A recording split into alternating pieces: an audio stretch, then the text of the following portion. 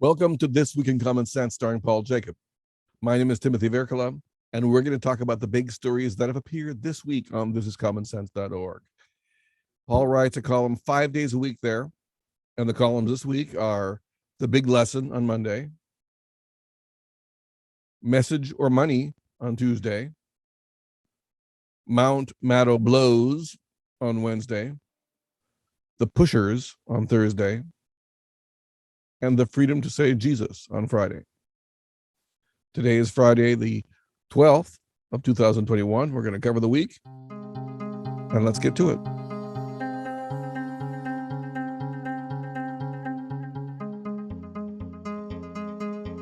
We didn't have time or inclination to do the big story of the week, in my opinion. The big story of the week has to be the Rittenhouse case. And yes. Have you ever written about that? You know, we mentioned him this week. In which one was it? It wasn't about him, but he was just mentioned briefly. I referred to him, I guess, on it was on Wednesdays, the Mount Maddow Blows. Yes. And just talking about how the media takes different things. But let's do that, because I think in just looking at the scripts this week, Tuesday we talked about Message or Money, the New Jersey election where Edward Durr, who spent like $2,000 on his campaign, beats the Senate president. And you should go read it, drop everything right now. No, listen to us. But then that's Message or Money at thisiscommonsense.org, and that's November 9th, Tuesday's piece. And it's important because there's two things here, two myths that this particular election explodes. And one of them is this myth that somehow these people in office are loved. You know, the voters just love them so much, and that's why they keep returning them to office. In this case, clearly this guy has been in. He's the longest serving leader of a chamber of the New Jersey legislature in history, one of the most powerful, 2 or 3 most powerful politicians in the state. And he gets beat by someone spending almost no money that people knew, but certainly, didn't hear a whole lot about. So obviously they were looking for somebody else. So the fact that someone gets elected may be because, hey, we don't like him or her, but we like him or her better than the other him or her. And of course, we don't have to look at too many presidential elections before, exactly. So that's one of the things, this idea that people love their incumbent. I heard in term limits a lot of times, they just want to knock out the other incumbents, which of course is a worthwhile thing to do. But that they love their own incumbent, they do not. In many, many cases, I would argue most cases. And it's just that incumbents have so many advantages that a lot of times very credible, powerful potential challengers just decide, I don't want to go up against that machine. I'll wait until there's an open seat, or I won't run for office. I'll have a wonderful life instead. The other myth that explodes is that money decides elections. 4 years ago, let me correct myself, 4 years ago, the teachers union in New Jersey spent $5 million to try to unseat this guy. And he won by 18 percentage points. This time his challenger spends like $2,000, shoots his campaign video that he puts up on YouTube on his iPhone or whatever, Android or whatever phone, his smartphone. He was woefully outspent. And it just proves that message, it has to be delivered in one way or another, although it can be sometimes with shoe leather and walking door to door or virally, but message beats money. And that's it. We should be glad to know that. And we should not let people tinker with the First Amendment to try to stop big money when we know that there are ways to stop big money. But every single one that has been attempted by the people who are always, we've got to do campaign finance reform. Every time they try to stop big money gets stronger and the rest of us get weaker and more silent. So anyway, I went into maybe more of that, but read it. It's interesting story, I think, and hopefully we've captured it correctly. And that's our kind of take on it. And there are links to more information on that.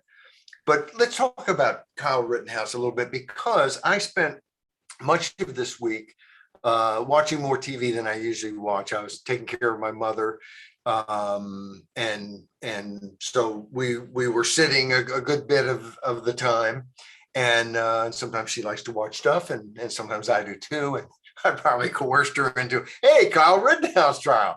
Anyway, I saw his testimony. I saw very little else other than that was interesting, and so I Googled and watched some videos and this and that, and read some stories. It's like with a lot of things, we know the media is biased, but we still, if we hear it again and again and again and again, and we don't hear other facts and information that cuts against it, we tend to get sucked into kind of thinking there's probably something to that narrative because we've heard no other narrative. And I guess I came into this thinking, boy, this sure is a dumb kid to take a gun into that situation. And I'm not sure I've totally backed off of that, because I don't think I would have done the same thing. But this is a kid, 17, now 18. I thought his testimony, I thought he was a pretty smart kid, not brilliant or anything, but just with it and sincere. And he kind of broke down at one point, which I saw somebody showing a bunch of different people's take on that. And some people saying, oh, it was a big fake or something. Well, if he was faking, hyperventilating and stuff, he's got a career in Hollywood, because I don't think it was fake. And I think he had a very, very traumatic incident. And of course, there's also there's a picture of him saying free as the F word, wearing a shirt at a bar with apparently some Proud Boys. That's what has been alleged. I haven't delved into it enough to know if any of those allegations or all of them are true, but I've seen the picture of the shirt. And so that was used to kind of say, see, he's a bad guy. And of course, the case doesn't revolve around whether he's a bad guy or a good guy. It revolves around whether he was acting in self-defense or not. And I'll get to some of that. But, and of course, most people have probably know more about this case than I do, because it's not one that I particularly delved into. But so he certainly could have, I could see someone who's in these situations and he's looking for support and wears a shirt that says, hey, I'm glad I'm free. I would be glad I was free too. I wouldn't necessarily want to wear a shirt that had the F word on it, but to each his own. And it's interesting because while none of that should be in court, in the trial, I think the judge was correct to say, no, you're not bringing that picture in. The judge also did not allow them to bring in the criminal records of the people who were shot and injured in one case, and in two cases shot and killed. And I think that was right too. But we're not deciding as the public just the criminal law, whether Kyle Rittenhouse goes to jail and is found guilty of this charge or that charge or whatever. We have to decide what the world is that we're living in, and we can judge not only that particular criminal offense, but the broader implications of what's going on. And so I find out in Googling to find out a little bit more after watching this, testimony during the day, that these three people each have criminal records. And one of them has a criminal record from being, I believe it's 19 years old, and having, basically raping 9 and 11-year-old boys, 5 incidents of it, convicted of it. And that's pretty serious stuff. So it doesn't say that, look, if it wasn't self-defense and Kyle Rittenhouse killed someone, not in self-defense, but as a murder, and that person is a terrible, human being, he's still guilty of murder and you still have to convict him. But to me, I kind of think that's interesting to know that here is someone who's out protesting, and I'm going to just pull that word right back, because of course, the fact that he's out protesting is no big deal. He's out burning things and destroying things, and he's got a gun, and so on and so on and so on. And so there's been all this focus on Kyle Rittenhouse, and that he's some kid who do the gun. He wasn't legally supposed to have it. Although I'm now a little unclear as to whether he just wasn't supposed to have it in Illinois and he could have it in Wisconsin. There's been a lot made of the fact that he crossed state lines. Well, Kenosha's on the Illinois-Wisconsin border, so it's not that hard to cross state lines if you live in Illinois, 3 miles from there. But anyway, what was he doing there, and what kind of vigilante is he? And look, I don't have exactly the same personality he has, but it seems like he's very interested in maybe being an EMT or being a policeman or saving people or helping people. And maybe there's some weird psychology behind all that. Who knows unless you know him? But it could just be a good psychology. I mean, it almost reminds me of the Miracle on 34th Street, where if you know that movie, there's a psychologist at Macy's that decides that this one boy goes to him to be psychoanalyzed, and he likes to play Santa Claus, and so he the shrink tells him, hey, that's just because you hate your father and you want to make up for it or something or other. And it kind of irritates Santa Claus. So, he says maybe it's just that he wants to help people. And so, look, it doesn't mean it was good judgment. It's just looking at the motivations. And I think after the testimony, it was pretty hard to see him as someone who went there with bad motivations. And that's important. And if you know the background, which of course I agree, the jury should not know the backgrounds of his victims, who were victims. And the judge was probably right. One other point that people have argued about is the judge didn't want them referred to as victims. Well, that is, you're making a judgment about them if you're calling them victims. And it, it's a semantic argument. Maybe I would look at it and say they were victims, but had they not been victims, they would have been victimizers. And so, that's what self-defense is all about. Yes, the person you shoot is then a victim of your responding to them trying to victimize you. And maybe, look, I'm not a linguist. Maybe the linguist would say, well, no, technically the word, whatever. We know what we're talking about. And that is that, yes, these people are dead and we are not glad they're dead. We're sad, but we don't think they should have been able to kill Kyle Rittenhouse. And in one case, of course, it's out there.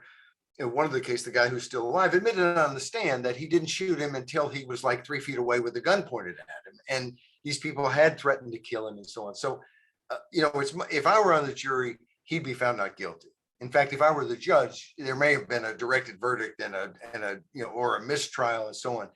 And of course, part of the mistrial was an attorney trying to, the prosecutor trying to get stuff into that record that appears very clearly to have been, denied.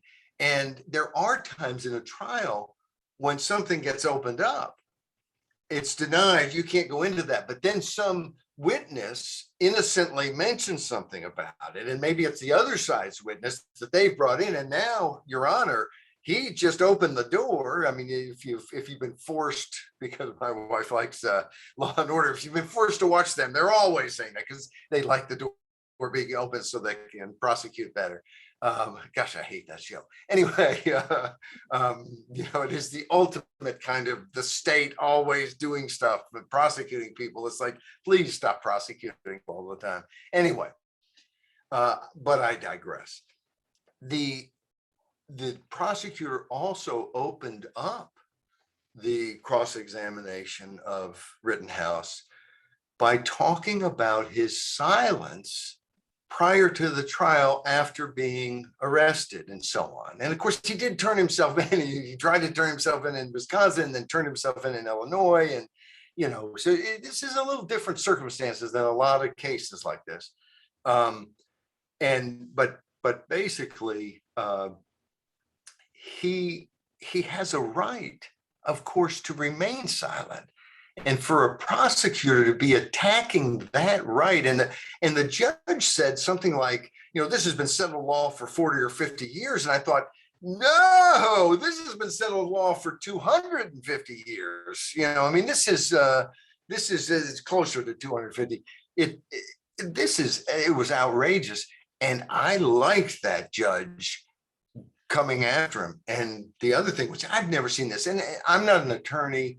I've spent more than my share of time in court, sometimes personally, sometimes as part of some organization, usually in civil court there. That's always nice. I prefer civil court to criminal court.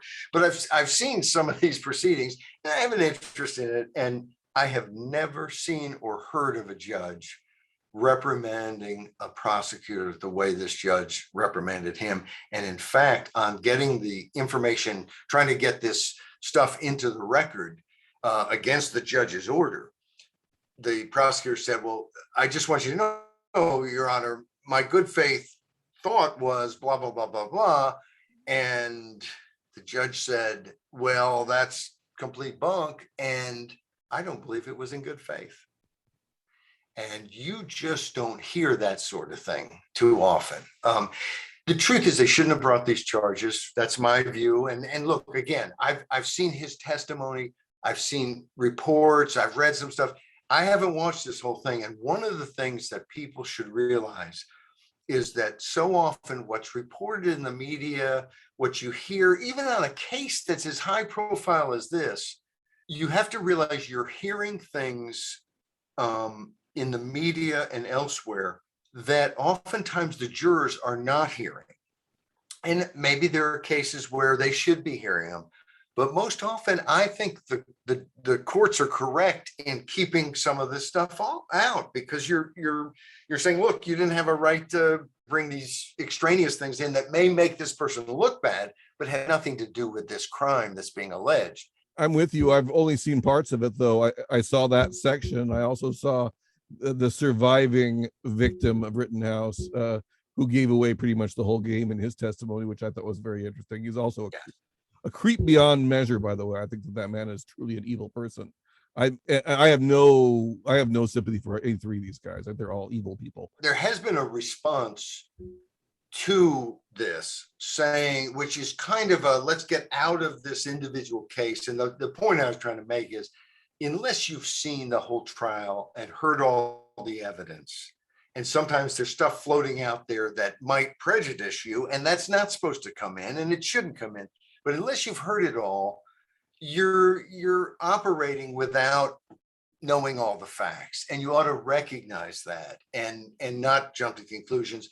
And of course, then there's people who've heard almost none of the facts, but want to basically say, look, if this was a Black Lives Matter person who went into a MAGA rally and shot 3 people, well, if the facts were the same as this, that those people were attacking that person and so on and so on, well, then of course the results should be the same. And if it's not the same, that's a big problem that we should solve.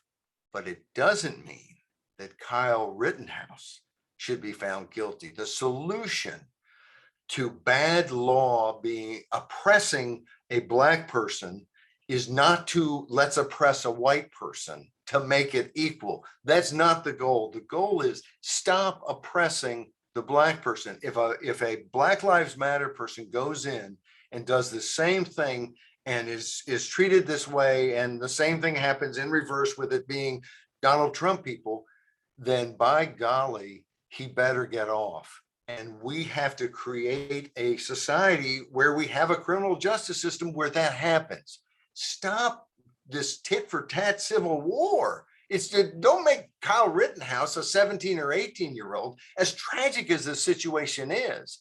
And as much as you might say, what an idiot, you can't convict him of murder when he's defending himself, no matter how much you think he's an idiot or not. And don't think that that's somehow going to create a world of fairness to make this kid suffer because somebody else might have suffered wrongly somewhere else. That whole meme is out there a lot, and it's BS. It's a bad idea. But another thing that's out there is that a lot of people apparently thought that these three gentlemen who were shot by Rittenhouse were black, or one of them was black. None of them were black. They were all white guys, and Yes. and whether to the extent they were BLM is of course kind of dubious, but they were definitely under cover of the permission given to the rioters. The state, Yes. the local government did nothing to stop these riots in any meaningful sense. Tulsi Gabbard came out and said that basically, that who's really at fault are the authorities who should have protected life and limb and not left it to Kyle Rittenhouse and to other people ad hoc to do so. That has a consequence. When the state refuses to protect rights, those who normally aren't given much leeway to protect themselves, I think you have all the leeway in the world, because they complain about vigilantism on the part of Rittenhouse. Well, vigilantism was justified by the state not acting, by governments not acting. It's a very dangerous thing. I mean, then you don't know that you don't have two mobs fighting each other. We don't want to become the Weimar Republic. And that is what is happening when Portland, which most of the country, even with all the social media hate and everything else, most of the country is not like Portland, Oregon. But in Portland, Oregon, it seems like for years now, since Donald Trump was elected, there are constantly fights and violence, and you have to, as the great Barney Fife would say, nip it in the bud. And we cannot allow this sort of violence, because it does say to the average person, well, I need to be more able and more thinking about defending myself and defending my town. And the motivation here of Kyle Rittenhouse was not a bad motivation. It was to put out fires and to help people. And you can argue you went about it wrongly, but it was the right motivation. The motivation of the three victims was to burn stuff and destroy stuff. And you could say, well, they were there to protest. Well, it left the protest field and went to the commit violence and criminal acts field. And that's got to be dealt with. And, anybody on January 6th who committed crimes and acts of violence needs to be dealt with. I mean, this isn't like, well, they're on the left, so let's go send the police, or, well, they're on the right, let's go send the police. We have police to protect property and protect people. And increasingly, they're not doing it. We wrote about this, Tim, back in 2016 after the Trump rally in San Jose. And it was so frightening to me to see people leaving that rally and being accosted, elderly couples and slapping some hat off of some guy's head. And I mean, this is like you're living in Nazi Germany. This is crazy, pre-Nazi, you're just getting there. And it's insane. And we cannot let that be. And where was the San Jose police? They were kind of told to don't police. And look, sometimes you have to recognize, okay, we don't have the force to do, we have to do something less than we would do if we had enough force. And you make wise decisions about how to use what force you can effectively use and retreat. But see, when you do that, you're also on the phone going, hey, we need reinforcements, because the idea of we're just going to let the mob run the town is not one of the choices. So and I think I'm saying this, I'm not Mr. Law and Order, go bust their heads. I don't want anyone's head busted. The best way to avoid busting heads is to have the force there to say, you know what? There's a way to protest, there's a way to do different things, but the second you go into violence, then I'm protecting everybody else's right, and you're going to be arrested. And we've seen all of these things where almost no arrests. And I just think I'm the guy saying, go arrest them. But when people commit acts of violence, that's what you have to do. And property crimes too. you've seen the pictures of San Francisco, and they're grabbing the merchandise and walking out the door like this is what you're supposed to do. One of the things that the lawyer in the Rittenhouse case, the prosecutor, I should say, was trying to emphasize, and we got Rittenhouse to admit that he has no right to defend with deadly force property. And he made much of that. And this is a big, big deal for Democrats who don't believe that in defense very much anyway. But there's a problem here, is that police, when they defend private property or defend property of any kind, they're defending with deadly force. At some point they have to. If they don't in this town and in many other towns this last year and a half, I think that puts us in you might say, a special Lockean situation, and Rittenhouse was acting in that sense. So I give him a lot of leeway. By the way, I didn't jump to conclusions on Rittenhouse. In fact, I annoyed most of my friends on Facebook and elsewhere by saying when after it happened that I was just going to let the jury make the decision. And I didn't come out in defense of Rittenhouse until this last week. So it was the opening remarks by the prosecutor that I thought were so obviously, the whole prosecutor's case. There was nothing to that. It was just that he didn't have a case. It shouldn't have been made. Rittenhouse should not have been charged, as you said before. Yes. Now, Mount Maddow blows was not about Rittenhouse. That was a throwaway line in the piece. Mount Maddow blows was about something else. It was about Russiagate. And I think really all the other scripts this week, and I'll take one exception. The last one we'll talk about Fridays was well, I won't take the exception. They're all about our kind of massive big government control of what people say, and then political attacks that have the media presenting, amazing attacks on people that turn out to be complete BS. And of course, Rachel Maddow has just been on the Russiagate. We say Russia. That's her thing. And yet it now comes out that everything they were relying on is a bunch of hooey and was made up by Democratic consultants involved with the Clinton campaign. And this is the biggest scam. And of course, most of the media is going to downplay they're covering it, but not in the way they would cover it if it fit their narrative. And Rachel Maddow has not apologized for being completely wrong. She's trying to, make excuses for it. It is a huge problem that we have a media that is as partisan as the political parties and as corrupt as the political parties in terms of being willing. It's one thing to say, look, we're a Democratic news channel, we're a Republican news channel, conservative, liberal, progressive, whatever, and saying that and then covering from those angles. But even if you do that, you're not supposed to lie about stuff. You're not supposed to hype stuff that you have no evidence of. Adam Schiff is a congressman from California, Democrat. Everybody knows of him. And at one point held up an envelope and said, I have evidence of Russian collusion and stuff. He had nothing. And so why would you ever have that person on TV again? Unless he said, look, I'm really sorry. I had been drinking a lot that day. Whatever. But it all seems to fit together with things like The Pushers, which was Thursday's piece about Telegram, which is a new way, which I think I'm going to start using, of communicating and communicating on social media without being censored. And of course, the New York Times is beside themselves that someone would want to communicate without people like the people who run the New York Times telling them what they can say or not.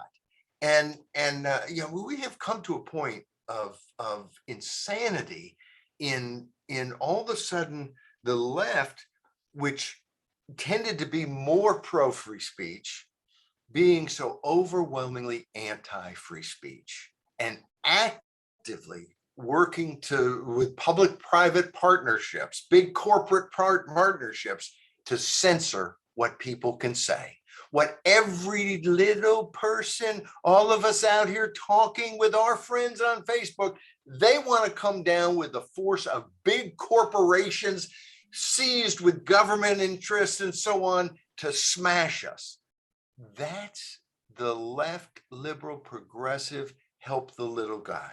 The left that has always billed itself, and sometimes it seemed like it was almost legitimate, always billed itself as loving the little guy, and we're for the little guy. And yet they want to take all of us little guys and gals on Facebook, sharing our, pictures of our kids and grandkids, and then posting some meme about this or that, or talking about medicine or politics or whatever. They hate big corporations, but they love the idea of big, giant corporations in bed with big, giant government being used to smash some little guy and stop him from saying something on Facebook to his 27 or 158 friends or whatever. That's where the left is now. And that doesn't say that the right's always good on this stuff, but they've kind of, just by being battered over the head by the left, started to stumble toward, where's freedom of speech? It's here somewhere. And so that's where the left is. And groups like the ACLU, which I remember, what was it, 40, maybe 50 years ago, in Skokie, defending the rights of neo-Nazis to march through a largely Jewish community in Skokie, Illinois, which is where I've had a brother and sister-in-law and nieces who've lived in Skokie for decades. And it's a nice area, and you hate I hate the neo-Nazis, but I love free speech.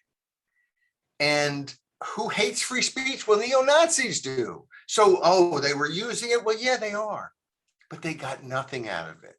Did allowing a march in Skokie mean that neo-Nazis gained lots of converts? No, it didn't.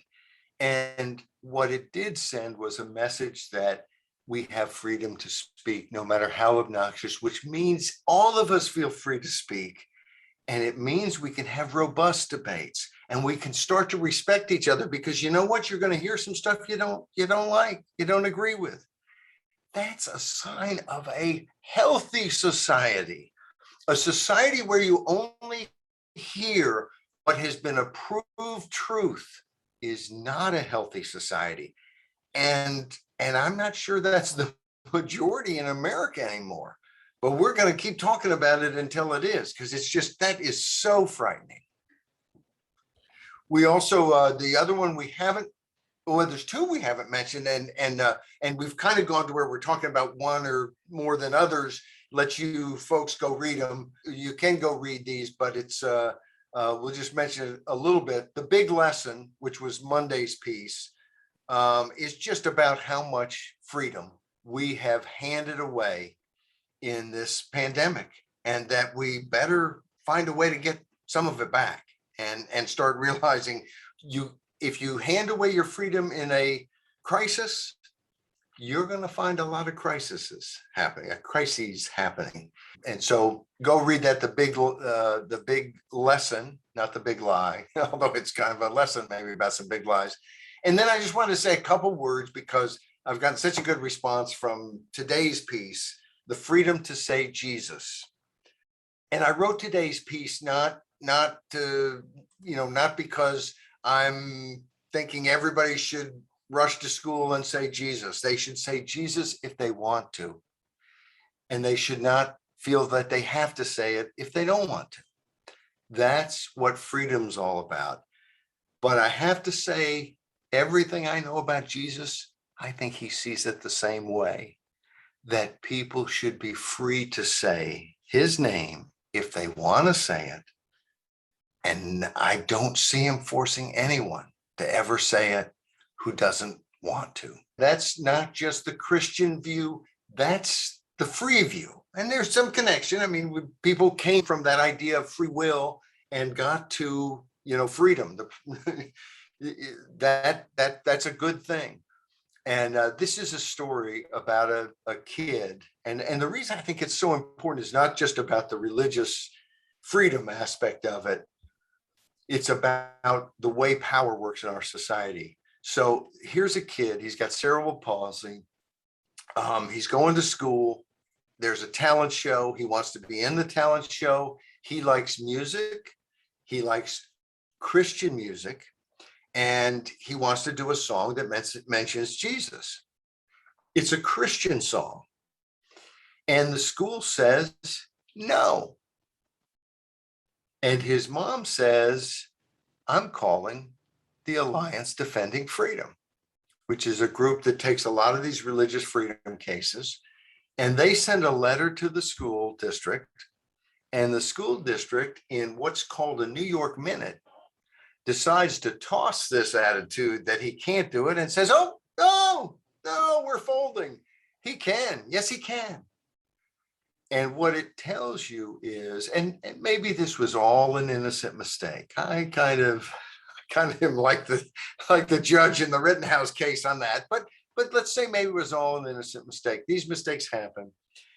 But what do we see? We see that you don't get to exercise your freedom of religion. And look, if there's a kid with cerebral palsy or any other disease, or is healthy in every way, shape, or form, who's Muslim or Zoroastrian, I'm not going to be able to say that now, but whatever the faith is, and they want to sing their song, they can sing their song. And so, but they can't do it so well unless they have a lawyer. And that's what we've got to change. These school districts should darn well know better than this.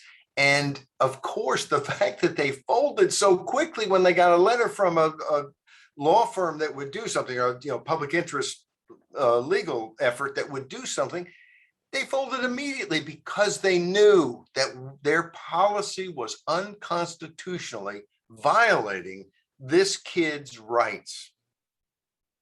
That should not be just, okay, well, now that's solved. Good. No, stop violating their rights. And there needs to be some sort of follow-up that says, you know what? You're no longer in your position because you violated somebody's rights knowingly. And I'm not looking for every time anything happens, some tribunal comes in and throws everyone out. We need to develop a system in which this sort of miscalculation about what people's rights are does not happen all the time, happens very rarely. And someone who makes that mistake says, gee, I am so sorry. That will never happen again. Now, a number of things come to mind on this, but I really like John F. Brennan's response, his letter to the editor on this. Did you see that? I did see that. I thought actually there were two responses. And I thought both of them were very good. And the first one was actually just Pat saying both mother and son are remarkable people, and we should all be proud of them. And we should be proud of them. And this mother I know nothing about this mother, but I like her because she stood up for her son. And if government is going to always do the right thing without us standing up and say, do the right thing or else, we're sadly mistaken. But John Brennan's, you want to read John Brennan's? Or the misunderstanding for the free exercise and establishment clauses by the school administrators and governmental officials is intentional and near universal. And that's the thing that interested me, was his first sentence. Yes. And I'm not sure people understand the establishment clause at all. I've read lots of articles and lawyers debating the nature of the establishment clause, and I don't think they got it right. And there's certainly no danger at a school talent show if one person has a Christian song and another person has a rap song about impregnating young women, and then another person has a Hindu song. I mean, there's a lot of things that can go on that are accepted. And I am curious about what the vulgarity rules would be in school. Yes. Yes, That would you be could have other things come in that blocked a certain song, but the truth is those are very easily dealt with in my mind, which is it's up to the parents who are the customers because they're kids, and if the kid is 7, they're not really the one to make all the decisions. And it's up to them. And if we had choice in education, it would make a big difference, because then schools could teach morals and other things that many people think they ought to be teaching. And but we can't, because it has to all be secular and down the road. But I think there's also a big mistake about separation of a wall of separation between church and state. And I think what Jefferson was arguing there was that we need to be so vigilant about any attempt to establish a state religion or to advantage one religion over another, that it is a brick wall that's not going to get passed through. I don't think he meant that there can never be a mention of God, or that somehow we have to police people who are in public schools and not allow them to do anything. I mean, we've had schools that won't allow Christian groups to meet when they're allowing all kinds of other groups to meet who don't have anything particular to do with the school, except they're a public group who wants to use a public building. This is insanity. And I don't know, I don't think you have to be kind of some religious fundamentalist to think, it seems to me this is something that should unite people of all faiths. This is, again, something that the United States of America has done better than almost every other political economy throughout the history of the world, in allowing people to practice their different faiths without having, I mean, look, you got in India, there's a lot of bloodshed over religion.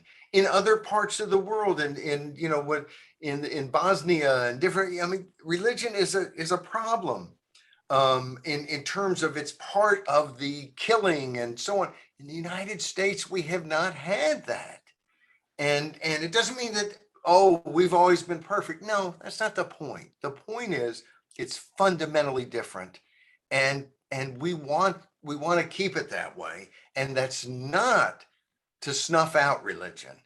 It's to allow its free exercise without the state putting its thumb on the scale.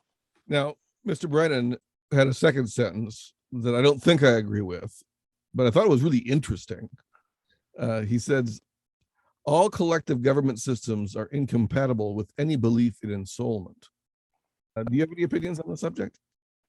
I take it, I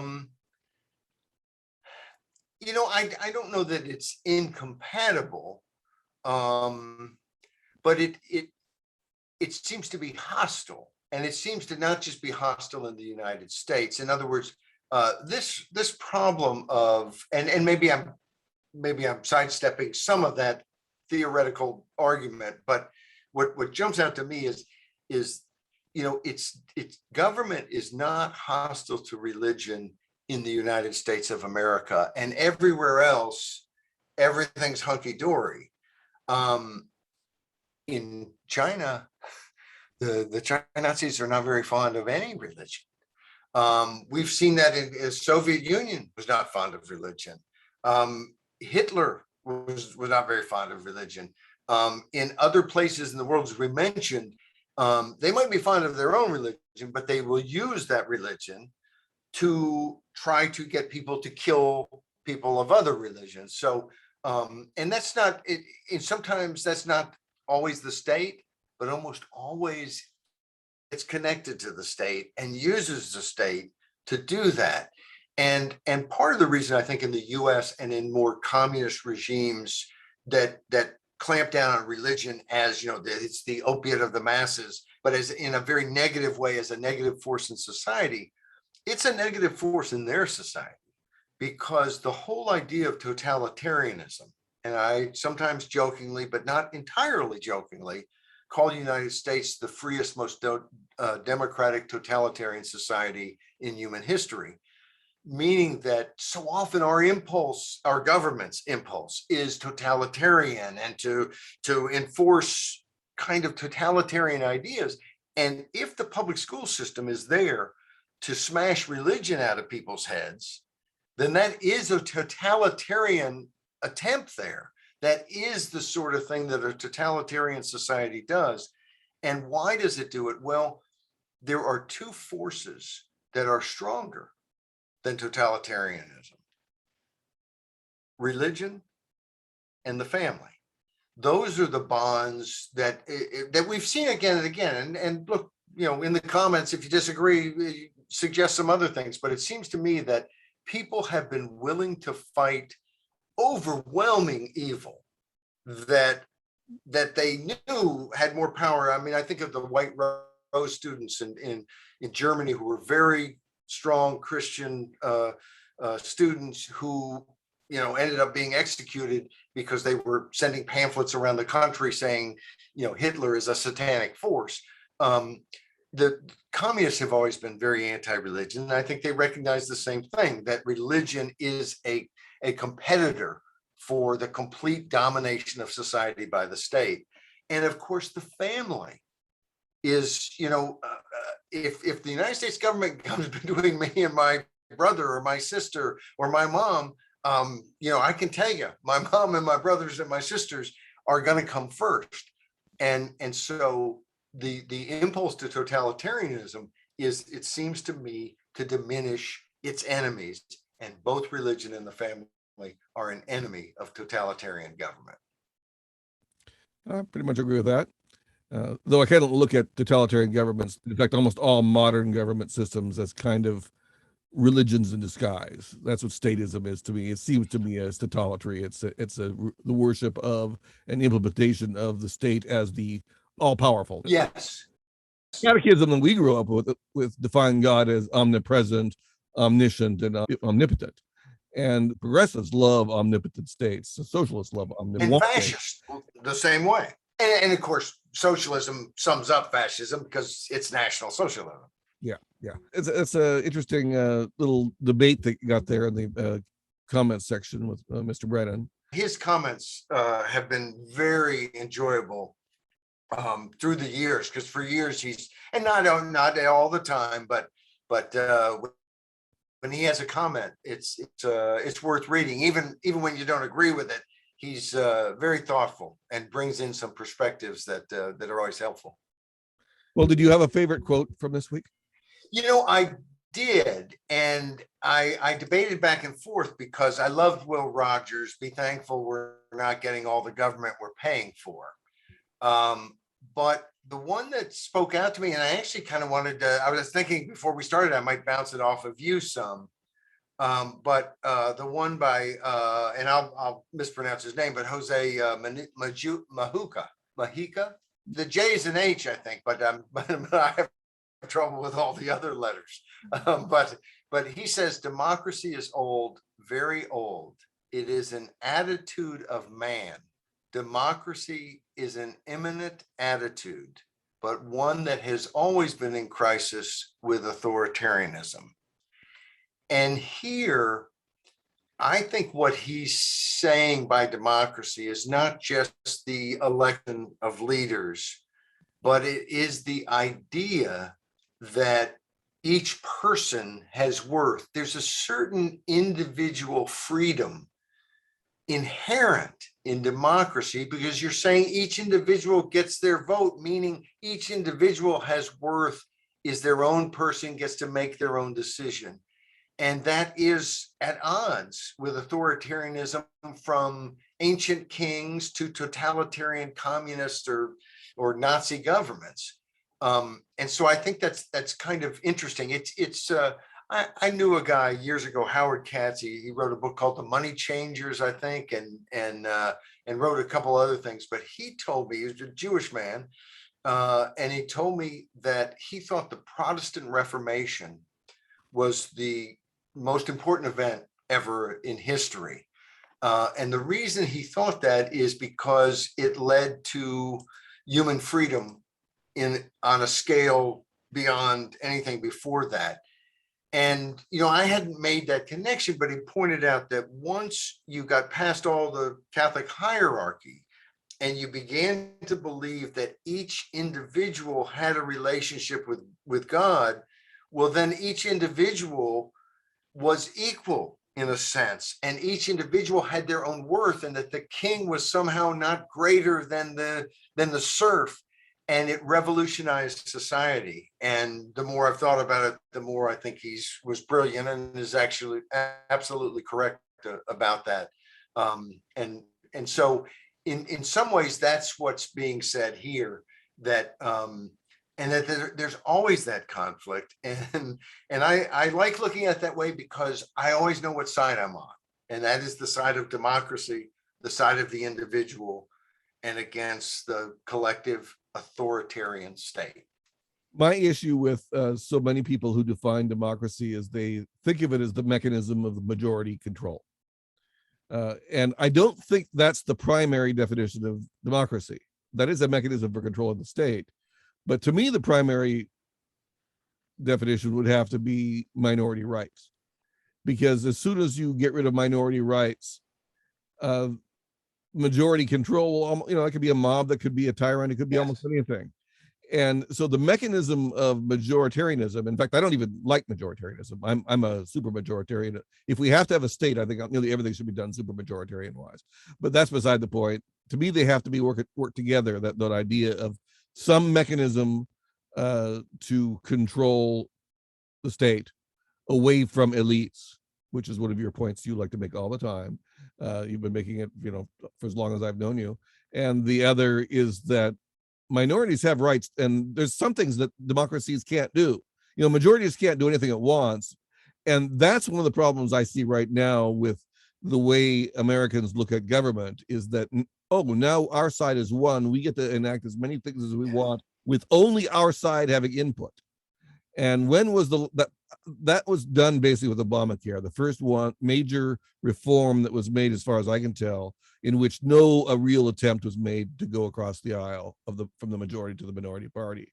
And so that idea of just getting as much power, into the state apparatus with your collections, that to me, that's the end of democracy. That's where everything goes to haywire. And we're living in the results of that, in my opinion. I know of no serious advocate of democracy that doesn't mean by democracy a system of democratic elections, but with a backdrop of fundamental respect for human rights, that even majorities and huge majorities cannot do certain things to the minority all the way down to the individual. And I think if you envision democracy as anything that the majority votes for goes, well, then I can understand why you're scared, because I would be scared too, because that's not really any better than Mr. Dictator. And so, but that's a silly concept of it, because that's not what anybody's talking about. And you can try to get everybody to change the way they define democracy, but why not just accept that that's the way people are talking about democracy, because it is universal. I don't know literally anyone except, a couple, smart mouth kids or something who say, no, we should vote on everything. Economic democracy, they used to talk about. No one in their right mind is talking about that anymore, because it's, like we're all going to vote on what everyone gets paid and whatever. That's kind of totalitarianism. And I think people, even the loony left has moved away from that, at least talking about it that way. Do you know that person, José Mujica? I do not. He was former president of Uruguay. That is so interesting, because Uruguay we had a global forum on modern direct democracy there. Very interesting country. One of the freer countries in South America. One of the better governments, I think, as a whole. However, Montevideo, where the event was, had a majority of communists on the city council. And I also learned, which didn't seem like the right way to go to me, but I don't get a vote. But I think in that sort of system, their communist tendencies are not the same as Daniel Ortega in Nicaragua, where he's ruling by the barrel of a gun. But the other thing I found out when I went to Uruguay was that in the 1980s, with kind of what appeared to be CIA support, certainly alleged to be CIA support, and just between you and me, I suspect the allegations are absolutely true. The CIA kind of supported a little bit of a coup where they shut down the National Assembly for a couple of years. And that's not the sort of foreign policy that advances democracy. And how we ever get people in positions in the State Department or the CIA or the military or the White House who think that you can advance democracy by destroying democratic processes, that's not the way to do it. And it's why, for years, I've kind of looked at our foreign policy and just thought, look, you can't spread democracy that way. But of course, they're not trying to spread democracy that way. And the best way to spread democracy would be to protect the democracies, the free societies that exist. And I'm for alliances to do that between free countries to have each other's back. Where it's reasonable and makes sense, the people have to decide, but I'm for it. Because I think there are bad players out there, Russia, but especially China, that I think someone has to stand up to them or they will roll over people.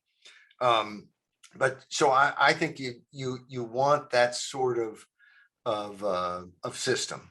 And whatever the other part of that is, I forgot that I was going to say, but I think this spreading of democracy. Oh, the other part of that is, the other part of spreading it is just to be an example, and I think the more that our foreign policy is, I kind of thought before, you're not doing it right. Well, they're not trying to do it. Why not try to do it?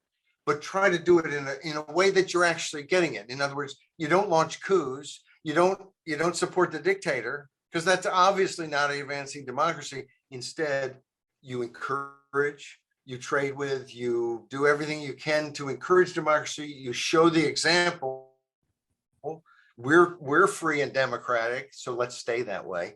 And then you also have alliances that help defend people who are free and democratic. Right now, you're as likely to get U.S. support if you've got a kind of a basket case semi-authoritarian or not so semi-authoritarian government as if you're a free country. And that doesn't make sense to me. I don't think it makes sense to Americans, left, right, or in between, who aren't part of the great elite in Washington. Well, there we go. That was another week. This week in Common Sense. This is commonsense.org. Thank you, Mr. Verkel. I appreciate it much.